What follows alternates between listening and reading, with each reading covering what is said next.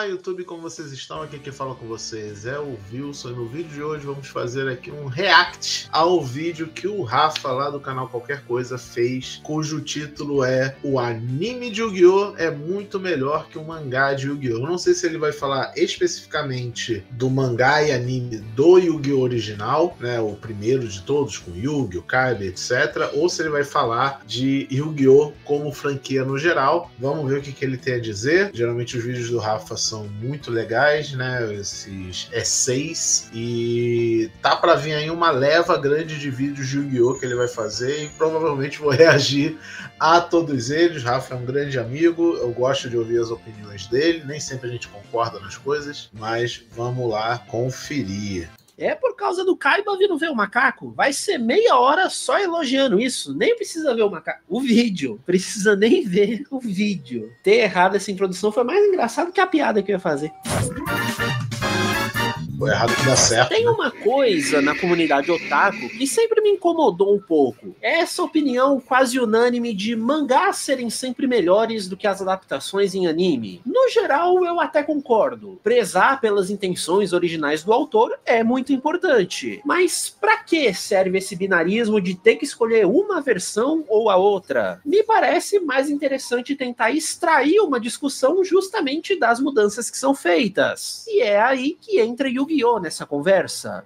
Eu já pensei muito dessa forma sobre animes, né, no passado, no geral, de que o mangá sempre será superior a qualquer anime. O anime é legal, mas o mangá é sagrado, cânone, né? O que é canon, o que é original é estabelecido em pedra e acabou. Com o passar dos anos, amadurecendo, expandindo, né, as ideias, eu fui vendo que isso é bobeira. Existem formas de você apreciar duas versões da mesma coisa, né? Você pode ter sua preferência. Diversas obras que eu já acompanhei, o anime e o mangá, tem coisas que eu preferi no mangá, mas eu não preferi no anime, ou que no anime ficou muito melhor do que ficou no mangá no geral, e é normal, realmente é uma coisa, é um sinal de crescimento muitas vezes, você que consome animes e mangás, ou não só anime e mangá, muitas vezes pode acontecer também de você gosta muito de um livro, e esse livro é adaptado em um seriado, um filme, e vai ter coisa que você vai falar, putz, nesse filme esqueceram de fazer essa parte aqui do livro, ou no livro fizeram assim, e no filme fizeram desse jeito. É a mesma cena, mas mudaram as coisas, sabe? Pode acontecer também. Então, é legal você entender que a palavra adaptação tem um significado, então a gente tem que estar aberto a esse tipo de mudança quando vai assistir uma obra adaptada, né? Pleno 2025, ninguém aguenta mais ouvir a incrível curiosidade sobre o mangá pré-cartinhas. Mas isso não deixa de ser verdade. Yu-Gi-Oh!, da maneira como a gente veio a conhecer, já não representava exatamente as ideias originais do autor, nem no mangá. Depois do inesperado sucesso de um certo card game, que deveria ser só um dos vários jogos semanais, o Takahashi teve que ir reinventando a própria história para colocar os monstros de duelo no centro de tudo. E nisso ele tomou algumas decisões apressadas que claramente não deixaram ele muito satisfeito. Aí vem a adaptação em anime. Como existia uma pequena margem entre os capítulos de uma versão para outra, isso já era tempo suficiente para ele amadurecer certas ideias, para justamente tentar entregar algo mais completo na visão dele. Então, o vídeo de hoje é sobre isso. Eu quero trazer momentos da história de Yu-Gi-Oh! Em que foi bom ter uma adaptação animada ligeiramente diferente do material original. E eu consigo separar esses momentos em três grandes categorias. Primeiro, aqueles que tinham que ser diferente mesmo, pela necessidade de estar contando essa história numa mídia diferente. Por exemplo, o primeiro episódio da série. Como tem 60 capítulos antes do Reino dos Duelistas, o anime teve que se virar para fingir que a história começava por esse arco. Eu tenho um vídeo mais antigo aqui no canal destrinchando exatamente esse caso ponto a ponto. Por isso eu não vou repetir tudo isso aqui, mas a ideia... O Rafa dá like nos próprios vídeos. Eu também faço isso. Geralmente o primeiro like nos meus vídeos é o meu, né? Eu vou lá, dou um like, né? Mas é engraçado ver isso. Em si se repete em outros momentos que vocês vão ver. O segundo tipo de mudança são aquelas para lapidar a história. Coisas que inicialmente o Takahashi deve ter achado legal de colocar, mas que pensando bem, na hora de adaptar, eles preferiram mudar. Tipo, tirar o vovô completamente do arco do Pegasus. No mangá, ele também foi capturado para dentro da TV naquele primeiro duelo, mas o Yugi fica carregando o velho na filmadora o arco inteiro. Primeiro que isso já é bem esquisito, então foi legal tirar. Mas o problema real é que isso atrapalha o senso de urgência da história. Claro que não é a situação ideal, mas o vovô ainda estava ali, então ter que enfrentar o Pegasus é algo que parece muito mais urgente no anime mesmo. O terceiro tipo é o que realmente faz a diferença. Vão ser as adições de coisas que faltavam, a exploração mais aprofundada de certos conceitos, uma mistura da falta de tempo na hora de produzir o mangá, já que era uma correria absurda escrever essa história, com coisas que talvez o Takahashi não tivesse pensado inicialmente mesmo. O Kaiba do anime é muito mais exagerado. Tem cenas mais grandiosas com helicópteros, dirigíveis, telões pela cidade inteira, todas aquelas coisas que tornaram o personagem realmente icônico. Porque o Kaiba tem que ser megalomaníaco. A obsessão dele pelo Yugi é importantíssima para a construção do personagem, especialmente quando combinam isso ao passado expandido que dão para ele no anime. Então agora sim, vamos a um top 5, que assim como naquele vídeo de GX vai ser bem mais do que isso, momentos que me fizeram gostar mais do anime do que do mangá de Yu-Gi-Oh! Não porque um é necessariamente melhor do que o outro, mas para apreciar o trabalho em dobro que o Takahashi teve para escrever essa história que literalmente mudou a vida dele e a minha.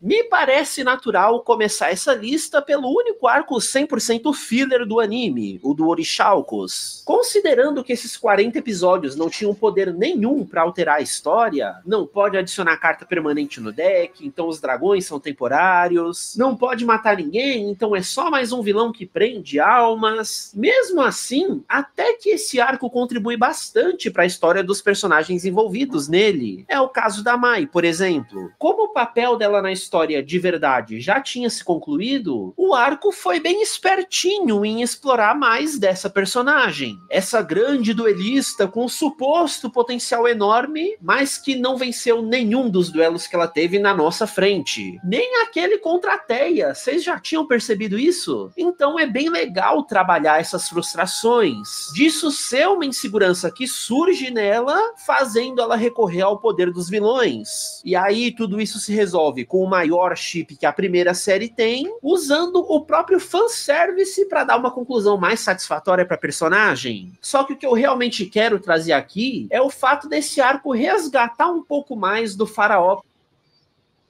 Yugi pelado. Fiquem aí com a imagem do Yugi pelado.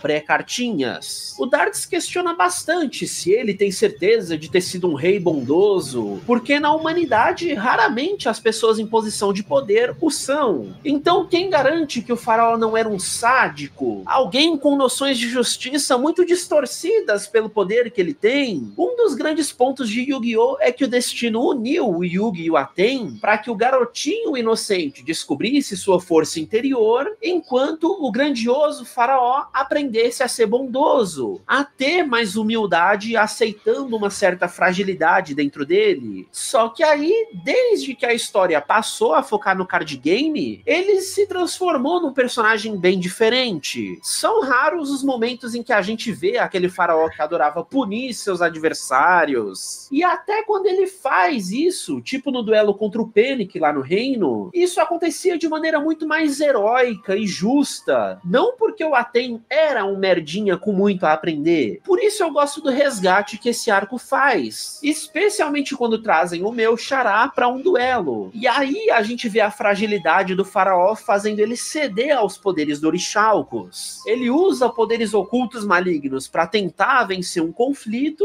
mas é punido por isso, perdendo a alma do Yugizinho. E aí, ao ficar sem esse pouco traço de bondade dentro dele, a gente sabe no que deu, né?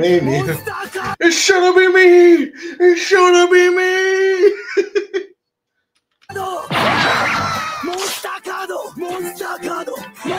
Clássico também, né? Meme clássico. Monstacado! Esse foi o momento mais próximo daquele faraó original do Takahashi que a gente teve. E veja que Dito isso, sou muito grato pelo Rafa estar usando as cenas do anime japonês, né? Não que eu não goste da dublagem de Yu-Gi-Oh! Nem nada assim, mas com certeza a cena do Monstacado! Monstacado! Ela tem muito mais impacto na dublagem original do que na nossa dublagem. curioso, para retornar ao status quo da série, já que o filler não pode ter mudança permanente, o que a gente tem é aquele duelo super dramático contra o Yugizinho. Provavelmente porque o Takahashi já sabia o que queria fazer no final da história, então viu aqui a chance de mostrar o outro lado do duelo cerimonial, em que dessa vez o faraó precisa vencer para aceitar essa outra parte dele, exatamente como o Yugi vai fazer ao vencer o Aten no final. Isso é uma coisa agora que eu tô na dúvida. Ele comenta aqui por alto, mas até onde o Kazuki Takahashi se envolveu nesses episódios fillers? Até onde eu sei, que eu me lembro de ver notícias há muito tempo atrás, o Kazuki Takahashi ele foi bem próximo da produção do anime, sabe? Ele não dirigiu ou roteirizou necessariamente, mas ele tava ali do lado, guiando, dando o espetáculo dele e tal. E talvez é isso, né? Isso tá acontecendo, inclusive, agora com o Bleach, né? O arco do anime atual de Bleach, que é o final da história, né? Que o anime antigo não adaptou, que ele foi cancelado, entre muitas aspas. O Taito Kubo, ele tá usando o anime pra fazer a história do jeito que ele queria, porque na época teve vários problemas com a Jump, de prazos e datas, e foi uma correria, ele fez coisas no mangá que depois ele meio que se arrependeu. Então agora o anime é a verdadeira versão canônica do mangá de Bleach, entendeu? Tipo, se você quer realmente o verdadeiro final de Bleach, que não vai acabar, de passagem, vai ter outro arco de Bleach depois desse, é um anime, não um mangá. Então já quebra toda essa coisa que a gente começou falando, né, de que mangá é sagrado, é o verdadeiro cânone, animes e fillers não contam, etc, né? Então é interessante ver que já nessa época, né, de Yu-Gi-Oh! Já meio que rolava isso. Tinha coisas que o Kazuki Takahashi queria ter introduzido no mangá, acabou que ele não fez e usou o anime para explorar novas ideias.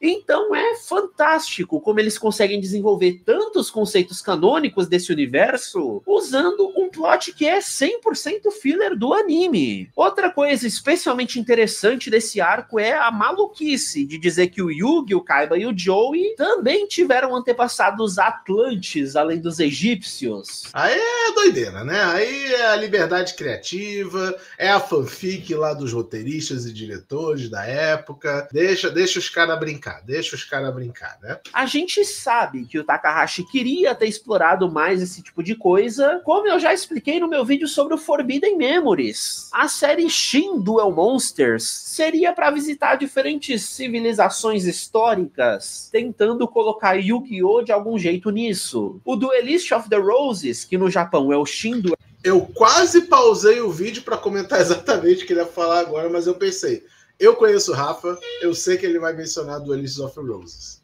Monsters 2 fez isso usando o contexto da Guerra das Rosas da história da Inglaterra. Infelizmente a Konami é boba, chata e feia, então cortou totalmente outros projetos que não fossem só simuladores do TCG que ela tanto gosta de vender. Então tá aí mais um ponto para esse arco filler, já que se não fosse por ele, o Takahashi só teria conseguido brincar com essa ideia de novo em 5Ds, quando ele traz o povo Inca e as linhas de Nazca naquele começo da história. E só para pontuar mais uma coisa, esse arco inventou um outro elemento importantíssimo para as séries seguintes: os discos de duelo customizados. Eu acho que GX queria ter usado isso para vender mais brinquedos, porque eu lembro de ter visto do Orichalcos numa loja, o que com certeza foi um momento canônico para o meu cérebro entender que essas séries de vender brinquedo lançavam mais coisas além de boneco e cartinha. Então, como talvez tenha sido isso que levou a criar criação desse canal, os membros que apoiam a existência dele vão ter um vídeo extra exclusivo sobre isso. Vamos lá explorar, tentar entender e ranquear, por que não, todos os diferentes discos de duelo que Yu-Gi-Oh! Eu sou membro do canal do Rafa e eu já vi esse vídeo. Adoraria fazer um react desse vídeo. Eu não sei se o Rafa usou um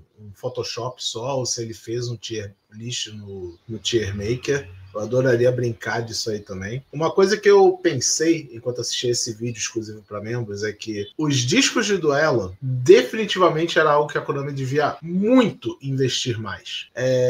Seria muito doido se em um universo alternativo discos de duelo fossem oficiais para se usar em competição. Do mesmo jeito que Beyblade é quase 1-para-1 com as animações, no sentido de a mesma coisa que eles fazem nos animes a gente faz na vida real, que é jogar a droga do peão, né? Você tem os estádios, você tem as Beyblades, que você faz seus combos e tudo mais, e você participa das competições dessa forma. É bem legal, bem interessante. Em Yu-Gi-Oh! Temos as cartas, e em teoria a gente pode sim simular as coisas que eles fazem nos animes dentro das cartas, dentro do jogo real. Só que no anime eles jogam usando esses aparatos, né? Que é a desculpa perfeita para que eles possam jogar Yu-Gi-Oh! Em qualquer lugar, em qualquer ambiente, em qualquer contexto, etc. Deveria ser uma mecânica de merchandising muito grande isso, sabe? Tipo, incentivar os jogadores a ter esses discos de duelo e a gente usar eles de fato, quem sabe, né? Do mesmo jeito que a gente usa talvez playmats, né, para jogar card games, a gente também poderia estar usando isso em competições. Eu não vou dizer que é a coisa mais confortável do mundo, talvez usar esses discos de duelo, talvez realmente funcione melhor no anime, mas mesmo com apenas um item colecionável, olha só essa imagem aqui que eu dei pausa aí, quanto disco de duelo diferente existe. Alguns mais irrealistas do que outros, mas muitos até que bem realistas. E não existe bem poucos discos de duelo no mundo para uma pessoa poder ter. Tem acho que só até 5DS que fizeram alguns discos de duelo. E seria interessante realmente ser mais um colecionismo dentro de Yu-Gi-Oh! Que não tem lá tanto produto. Por incrível que pareça, Yu-Gi-Oh! Tem bem menos produto que deveria, considerando que ele tem muitas coisas extras além dos cards, né? Que hoje já inventou.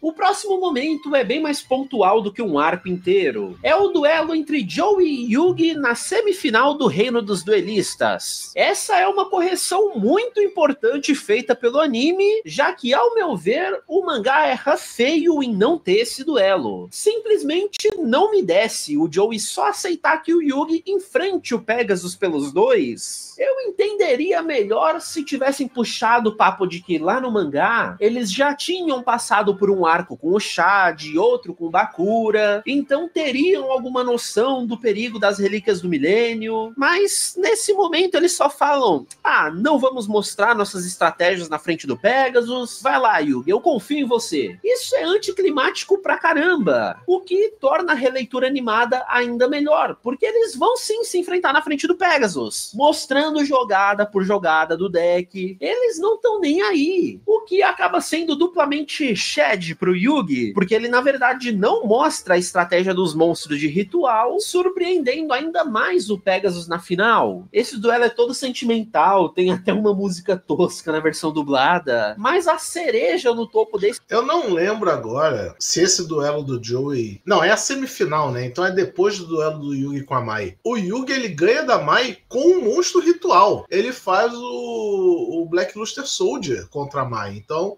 se é por essa ideia que o Rafa falou, o Pegasus já sabia que o Yugi tinha monstros rituais no baralho dele. Esse bolo é terem aproveitado a chance pra explicar o porquê do Yugi ter dado o Mago do Tempo pro Joey, porque essa era uma estratégia do deck dele. Ao envelhecer o dragão bebê pra dragão milenar, o Mago Negro também se transforma com 1000 anos de sabedoria em sábio negro. Isso cria uma coesão pra uma coisa que nem precisava, mas que é legal de ver. Fora que nunca não vai ser engraçado imaginar o Yugi momentos antes desse duelo, sabendo que ia fazer a maior vigarice da vida dele contra o amigo. Por mais que esse duelo filler não tenha nenhuma consequência para a história, eu acho importante ver o Joey tentando enfrentar o Yugi de igual para igual. No mangá, o Takahashi constantemente tirava essa oportunidade da gente. O Joey abre mão dessa primeira vez, eles não mostram a segunda ao final da Cidade das Batalhas, fazendo com que o único duelo entre os dois seja aquele em que o Merrick estava possuindo o Joey. Então, pra mim, não conta tanto assim. Fora que a conclusão desse duelo também é muito melhor no anime. No mangá eles terminam, beleza, o Joey é despossuído e todos dão gostosas gargalhadas de alívio. Isso certamente aproximou mais os amigos, o que não é ruim. Mas no anime, o fato deles terem reordenado praticamente todas as cenas da Serenity faz com que esse seja o momento de reencontro dos irmãos. Mesmo depois de despossuir o Joey, as armadilhas do Merrick ainda se ativaram. Então o garoto afundou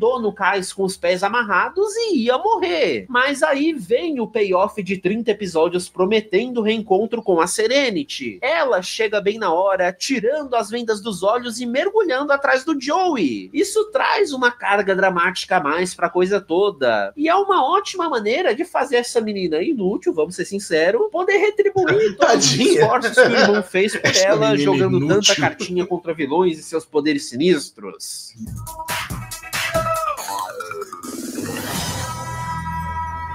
O Takahashi já disse algumas vezes que o Merrick é o vilão preferido dele em Yu-Gi-Oh! Tanto que daí saiu a ideia de forçar o Jaden a ficar sério no arco final de GX. Ele não conseguia imaginar como um protagonista super de bem com a vida seria capaz de enfrentar um vilão no nível de crueldade do Merrick. Então, não me surpreende nem um pouco que o anime tenha adicionado mais cenas pro Merrick normal, na intenção de contrastar ele ainda mais com a contraparte maligna. E usar o Odeon para isso foi perfeito. Nas duas versões, o Odeon é essa mistura de filho adotivo com vassalo da família Ishtar. A diferença vem do anime focar bem mais no Merrick, enxergar ele como irmão. Essa família de protetores das tumbas tem um ritual de passagem entre os homens que culmina no sofrimento de ter as costas tatuadas com a história do faraó sem nome ou algo do tipo. E aí que tá o segredo. No mangá, o Merrick ordena que o Odeon faça o ritual no lugar dele. Meio que usa a insegurança do cara de ser um filho adotivo, falando que isso tornaria ele um Ishtar de verdade. Já no anime, o Odeon se oferece para passar por essa tortura, tentando poupar o Merrick, que era novinho demais. Aí sim, com a adição de cenas 100% fillers, a gente vê o Merrick como uma criança chorona, mais inocente e frágil, e isso fazia o Odeon sofrer em dobro, não só pelos próprios maus tratos, mas quando ele via a maneira que o pai Ishtar tratava até o filho legítimo dele. Isso acaba deixando as cenas seguintes, que são canônicas, ainda mais interessantes. Quando o Merrick não aguentou mais essa vida, ele simplesmente quebrou. E disso se manifestou o Yami Merrick, distorcendo absolutamente todos os sentimentos do garoto, o que leva ao assassinato do pai nas duas versões, mas no mangá ele arranca a pele das costas do pai para dar essa tatuagem pro Odeon. E eu entendo 100% o porquê dessa cena ter sido cortada do anime. Ela é forte demais. Só que a construção extra que veio antes faria ela ter ainda mais sentido. É como se fosse o carinho do Merrick normal sendo transformado em um amor meio tóxico. É perfeito para a versão vilanesca dele. Então, só por uma questão de censura mesmo, a gente acaba tendo que unir as duas versões da história. Mas se não fosse por isso, esse é um ótimo exemplo do Takahashi sabendo usar o anime para refinar a história dele. Esse é o arco que foi animado mais em cima do que estava sendo escrito. Então, se precisava inventar cenas extras para dar uma enrolada, que fossem justamente nesses momentos mais relevantes. O que curiosamente nos leva ao ponto seguinte, já que foi essa necessidade de tempo extra pro mangá que nos trouxe meio arco filler do Noah, em que mais expansões de backstory acaba sendo o foco da coisa.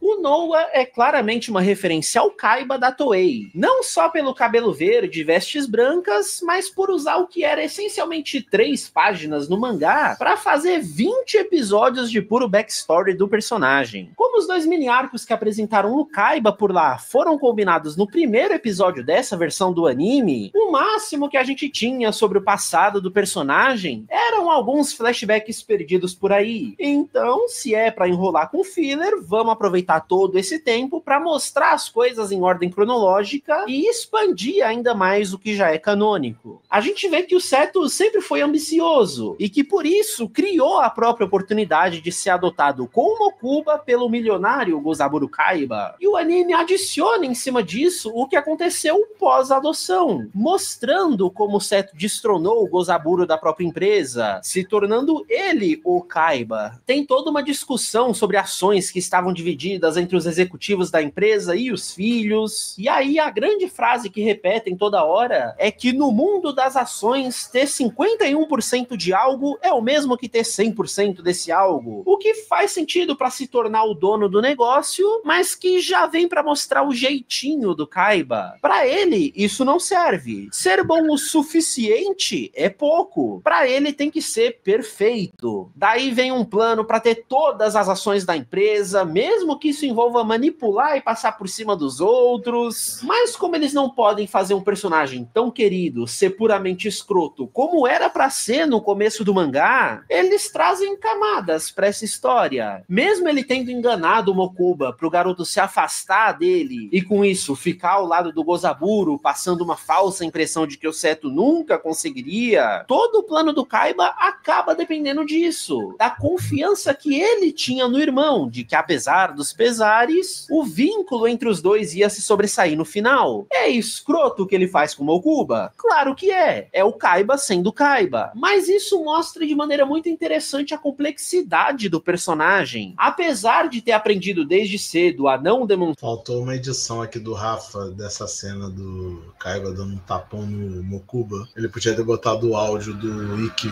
de Fênix só. Chega de sentimentalismo! Aí dá um tapão no Mokuba. Mostrar que tem sentimentos, a sempre parecer um cara 100% racional, na verdade, todas as motivações do personagem vêm sim do lado emotivo dele. Ele só queria garantir um futuro pro irmão. Esse é o verdadeiro Kaiba que o Takahashi naturalmente se viu construindo, muito diferente do que era na primeira aparição do mangá. Então é a mesma coisa lá do arco do Darts. Mesmo sendo um filler que não pode alterar o status quo da série, é impressionante o quanto eles conseguem construir ainda mais a história dos personagens envolvidos. Até a turma da amizade recebe um pouquinho de atenção por aqui. Tem o duelinho da Teia que precisa lutar para não perder o corpo, já que o sonho dela é ser uma dançarina da Broadway. Sendo isso mais uma coisa do mangá pré-cartinhas que o anime ainda não tinha conseguido explorar muito bem. Tem o duelo em trio com o Tristan, Duke e Serenity, que é uma ótima ideia, já que esse triângulo amoroso é uma coisa muito mais do anime mesmo. Então eles tinham liberdade praticamente total para explorar essa dinâmica entre os três. Dá pra ver como esse arco... E assim eu fui lembrado que a Serenity tem um duelo. Tem muitos anos que eu já vi Duel Monsters, né? Mas, nossa...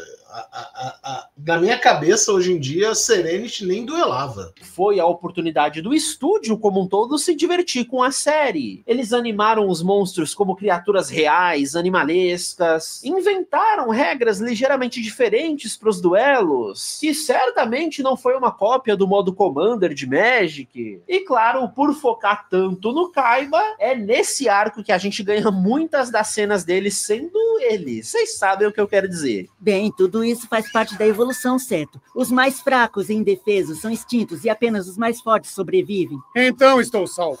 Muito bem. Esse desvio foi uma total perda de tempo e energia. Então vamos em frente e fingir que essa loucura nunca aconteceu. E em primeiro lugar tá simplesmente... eu achei que ele ia botar a cena do Kaiba falando como dono de uma empresa multinacional, faz parte do meu trabalho todos os dias eu ter que demitir funcionário, sei lá, alguma coisa que ele fala assim. Mas essa frase ela acontece no arco do Darts, então não faria sentido realmente encaixar ela agora em outro arco, não tem nada a ver com isso. Mas Kaiba, nosso megalomaníaco favorito, né? Sempre. A presença do Kaiba no último arco do anime. De longe, o meu maior incômodo com o mangá de Yu-Gi-Oh! É a conclusão que o Takahashi dá pro Kaiba. Falar que ele pode até ter guardado algum ressentimento, mas que pra ele já chega de insistir no Yugi, é um final ok. Mostra o amadurecimento do personagem, mas não é satisfatório. Ele nem sequer assistiu o duelo cerimonial do Yugi contra o Aten, é simplesmente ofensivo. Tem que ter ele ali na conclusão de tudo, exatamente como o anime resolve fazer. Considerando o quão... Mano, tem o Duke Devlin no duelo cerimonial do mangá, mas não tem o Kaiba. Não faz sentido, velho. Mas essa versão foca nele, era de se esperar também, né? O foda é que sim, as cenas dele lá no passado egípcio são totalmente descartáveis nessa parte, já que ele não tava lá no mangá. A gente sabe que ele não vai sequer atrapalhar o ataque do Zork, que não vai interagir de verdade com a Kisara ou o Seto do passado, mas que bom que ele tá aqui. A 4Kids exagera muito mais o quão cético o Kaiba é com a parte mística da série, mas de qualquer forma, colocar ele pra ver tudo que rola nessa parte, acaba trazendo mais um fechamento pro personagem. Se depois disso tudo ele continuasse negando magia e ocultismo, aí teria que sacrificar mesmo, não tem jeito. Todo o trabalho extra que fazem com o Kaiba e com o Seto nesse arco justificam bem melhor certas características do personagem. O cara é tão fã do Dragão Branco, não só porque sentiu que esse espírito era absurdamente poderoso quando salvou uma camponesa aleatória na rua. O anime adiciona que o jovem Seto já tinha visto esse dragão vingar a vila dele de uns bandidos, de que nisso ele já conheceu a Kisara e passou a vida tentando reencontrar ela. Volta até naquilo que o arco do Noah me fez pensar. O Kaiba gosta de pagar de pragmático, de falar que o interesse pelos olhos azuis era só pelo poder que a carta representava. Mas aí essas cenas extras mostram que lá no fundo existia uma conexão sentimental que ele não sabia explicar e por isso preferiu esconder. Aí também entra outra mudança bastante importante que o anime faz: jogar toda a vilanice final só pro Akenadin. Como veio dele a ideia de sacrificar uma vila inteira para criar as relíquias do milênio, dava para ver que o poder das trevas já afetava o cara há bastante tempo. Então isso deve ter corrompido ele para querer roubar o trono do Egito e dar pro filho, fazendo do Seto só mais uma vítima e não um cúmplice desse plano. Isso funciona muito melhor para no final o faraó querer deixar o Egito nas mãos dele. Não é só porque ele conhece o Kaiba do futuro, mas é porque o próprio Seto já se mostra um personagem merecedor, o que, mais uma vez, é uma conclusão muito melhor pro Kaiba como um todo. Ele pôde ver com os próprios olhos como o destino dele, do faraó, sempre esteve conectado, ao invés de só aceitar uma derrota e ter que engolir o choro. Porque, de certa forma, ele finalmente se vê conquistando o título de rei que ele sempre quis. Faraós são reis, né? E por mais que essas mudanças finais que eu escolhi sejam sobre o Kaiba em específico, meio... Como toda forma de monarquia, não necessariamente ele mereceu estar lá, porque é nepotismo, né, geralmente. Mas, enfim, faraós são reis, não é monarquia, de qualquer forma.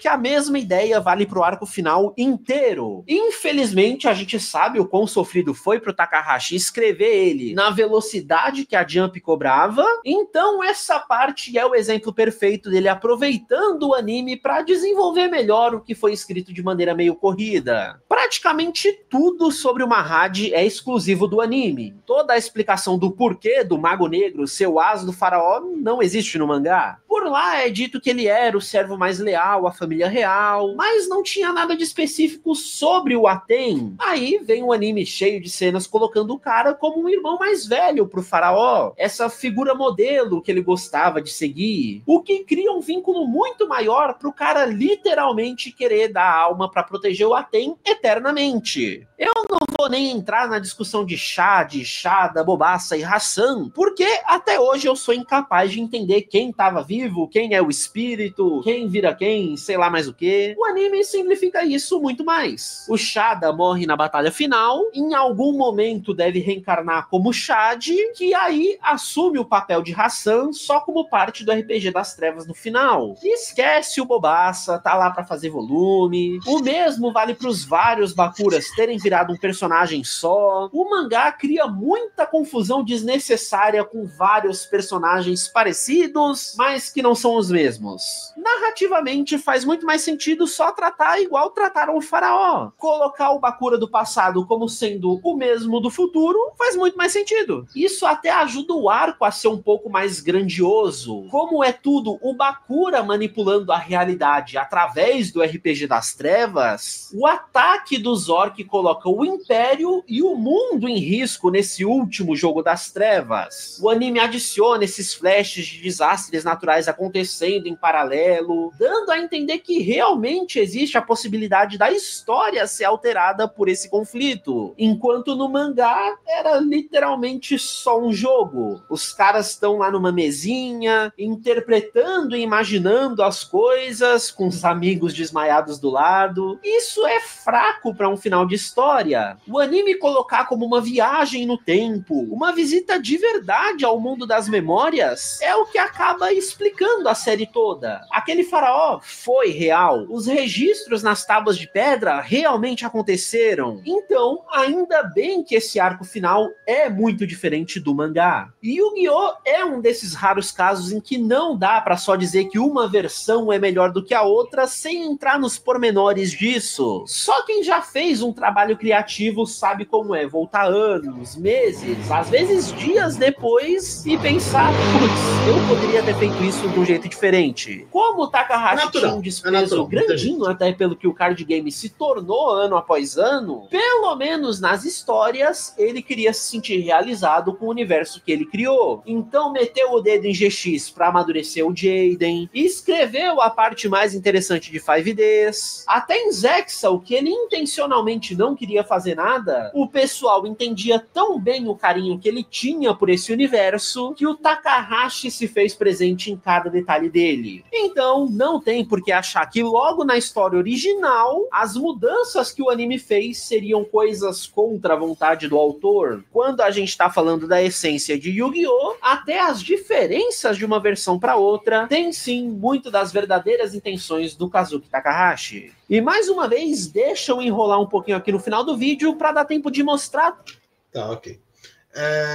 Deixa eu voltar para minha tela aqui. Excelente vídeo, ótimos pontos. No final, eu achei que ia ser um pouco mais vídeo essay, e foi realmente, como ele falou, um top 5 momentos em que o anime foi mais legal do que o mangá, ou melhor dizendo, o anime complementou o mangá de alguma forma, né? Acabou virando isso. Esse dia eu tava conversando com um amigo meu, com o Zé Arthur, que eu não lembro o que o assunto era, que acabou saindo falar sobre o Yu-Gi-Oh! Antes das cartinhas, né? E é muito interessante fazer esse exercício de pensar o que seria Yu-Gi-Oh! Hoje em dia se o card game não tivesse feito sucesso, ou se o Kazuki tivesse mantido a ideia original dele, da história, apesar do card game ter sido um sucesso, né? E provavelmente, talvez o Yu-Gi-Oh! Não tivesse sido o sucesso que foi, ou a gente só teria uma história bem diferente, né? Com certeza. Mas é doido pensar que por causa de uma decisão de que,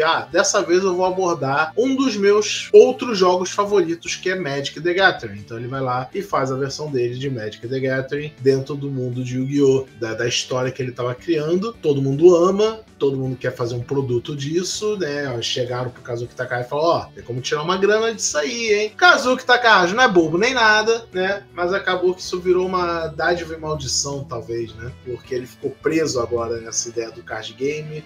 como o Rafa fala no vídeo, ele teve que mudar muita coisa.